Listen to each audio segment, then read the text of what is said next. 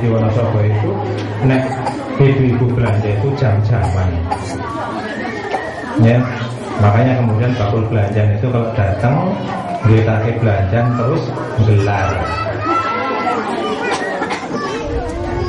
ya jarang loh bakul belanjaan terus meeting kok itu dikritake terus milih nggak jarang, mungkin gelar. Kenapa? Nyediani wong sing arep tuku liyo-liyo, maksudnya gitu ya. Nah, sekalian sayur maksudnya. Jadi apa Bu kira-kira itu dosa-dosa kecil itu? Hah? Gelendengi ya Bu ya? Gelendengi. Terus ngapusi gitu. Kulake kok dibulan-baleni wong cilik-cilik ya. Jadi begini Bu, mengenai dosa besar. Jago kita ada orang lewat tadi bahan. Kayak bukailah kelambi ini tuh kuning nang kai. Padahal nang kai kita kelambi ini murah-murah. Malah kayak ngontrabani kayak lo. Misalkan begitu. Itu tanpa terasa apa? Kerikil siji dikumpul, ya kan? Ibu yang lain lewat. Kerikil sisi dikumpul ke tanggane tuku TV, nah kayak paling duitnya siji. Rugi nggak kira-kira? Orang melu nukoke, orang melu rugi, orang ngetokno duit malah susah. Karena itu kemudian sebenarnya hakikat dosa sing paling gede itu apa? Kata Sayyidina Ali bin Abi Thalib radhiyallahu anhu, beliau mengatakan asyaddu dzunub mastahana bihi sahibuhu. Dosa paling gede iku ya nalika kowe ngremehake dosa. Sekali jenengan ngremehke dosa mesti iso mbaleni. Lah cilik we istighfar lah rampung. Leres napa mboten? Nah, kita temukan seperti itu asyaddu dzunub mastahana bihi sahibu. Lah halal bihalal niku tujuane untuk menghapuskan dosa-dosa kita kepada manusia yang lain yang kita seringkali orang rumangsani nek itu dosa. Jadi nggak ada alasan misalkan banyak orang tahu nggak masalah karo bukae kok. Berarti kan siki Idul Fitri orang perlu halal bihalal. Tidak bisa demikian karena luwih akeh dosa sing dhewek niku mboten rumangsa nek niku dosa. Lah niku sing paling bahaya. Kaget mungkin terakhirat kaget rumangsane ganjarane wis akeh banget jebule dosane sing akeh. Nah, oke dadine gede. Nah, dosa itu bisa dibagi tiga juga. Zulmun la yaghfiruhullah, zulmun yaghfiruhullah. Ada yang ketiga, zulmun yaghfiruhullah bisyart ayaghfirahu al-makhluk. Dosa itu ada tiga. Satu, dosa yang tidak diampuni oleh Allah, yaitu syirik. Yang kedua, dosa yang bisa langsung diampuni oleh Allah, yaitu dosanya kita kepada Allah, lalai sholat, lalai puasa, lalai beribadah.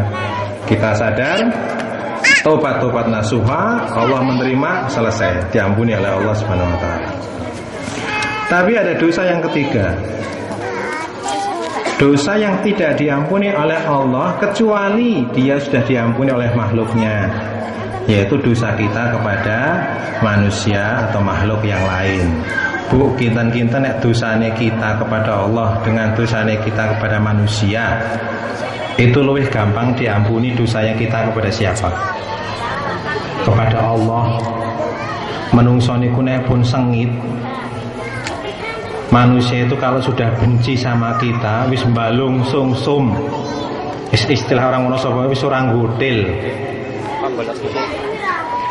Itu sampai kapanpun akan diingat, sampai kapanpun akan. Kalau Allah sih, Allah itu Rahman Rahim, Afuwun Ghafur, Maha Pengasih Penyayang, Maha Pengampun, Maha Menutup Kesalahan. Allah itu. Tapi manusia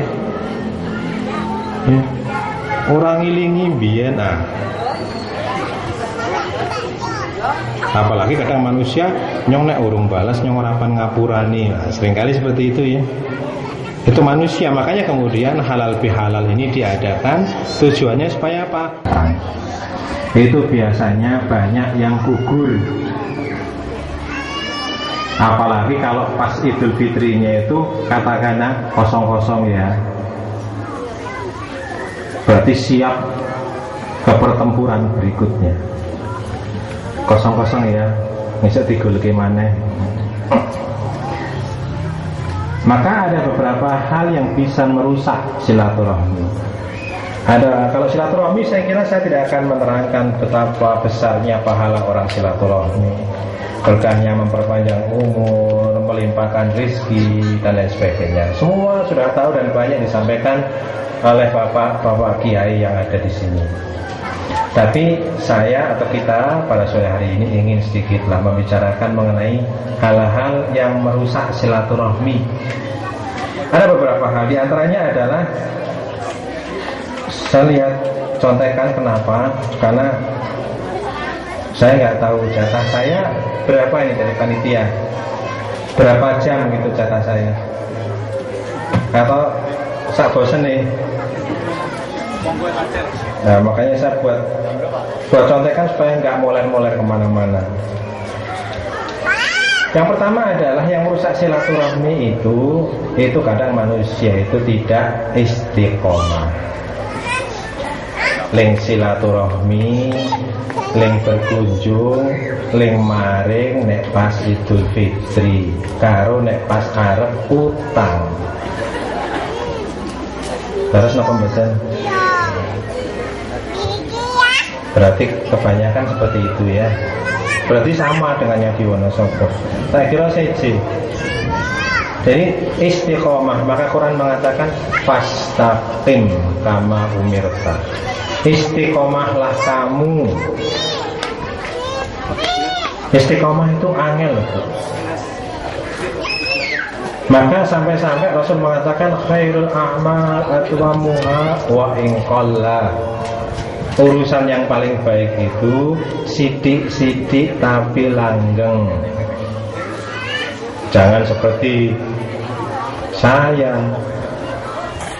nek poso khatam Quran bolak-balik, tapi lepas Idul Fitri prei tekan Ramadan berikutnya tidak membaca Al-Quran. Ada loh yang seperti itu, yang seperti saya itu. Jadi kalau Ramadan itu mesti kebek ya, kalau masjid ya, orang kita kebeki 10 hari pertama kalau orang tarawih itu. Soalnya ibu-ibu udah mulai mikir roti ya kan, pakaiannya anak-anak dan lain sebagainya. Tapi yang jelas bahwasanya Ramadan pasti ibadah tangga itu. Tapi kalau daging itu harganya berapa sekarang? Puluhan ribu. Sing nek daging sekilo kena nggo tuku tempe sesasi. Ya kan? Pertanyaan saya adalah, selain harga, itu sebenarnya kan rasa dan gaya yang jelas ya. Nek wong nggawa daging karo nggawa tempe lak siji ya. Mlakune barang siji kok. Nek wong nggawa tempe itu ndingkluk, nek jalan itu ndingkluk, ya. Tapi nek wong nggawa daging itu wah gitu ya. Kayak tuh pengen wong liya ngerti nek nembe tuku daging gitu kan.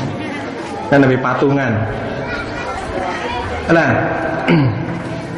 ternyata kalau kita pikir-pikir lagi ya, bedanya daging sama tempe itu kan di mulut ya.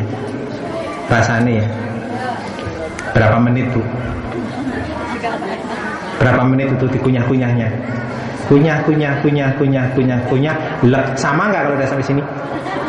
Sama nggak? Sama.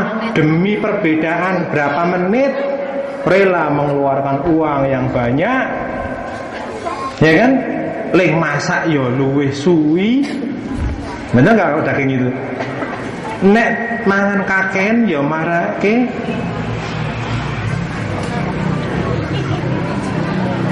Belum kalau kemudian tanya sama dokter, oh ini menyebabkan ini dan lain sebagainya secara medis, ya kan?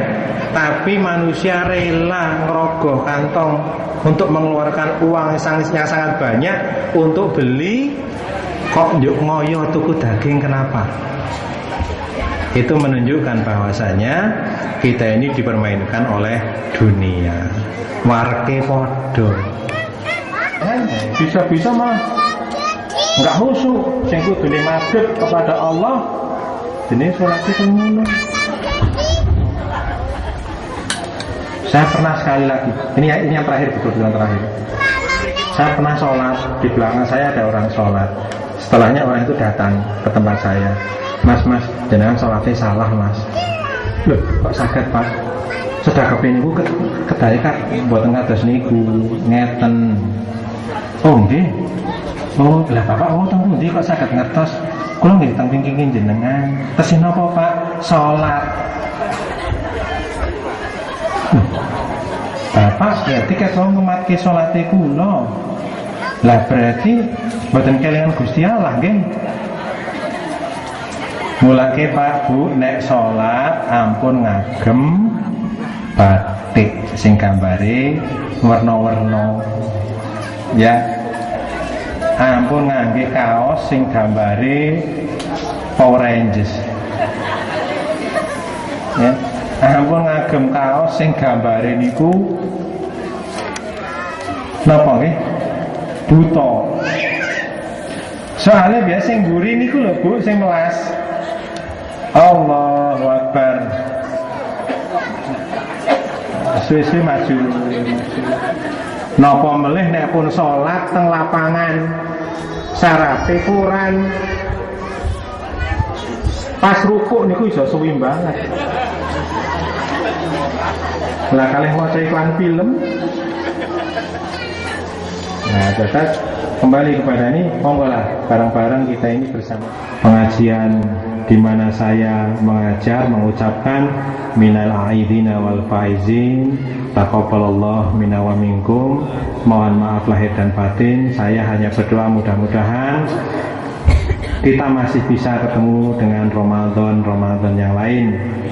Nek ora, kalau misalkan kok enggak, yang namanya umur itu milik Allah.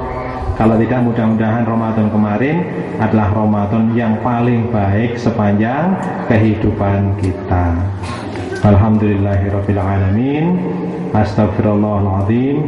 Billahi taufiq wal hidayah. Wassalamualaikum warahmatullahi wabarakatuh.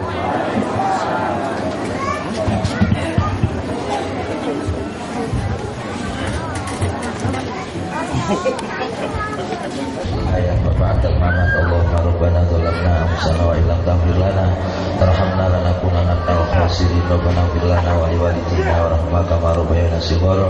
Allahumma ij'al auladana wa ahlana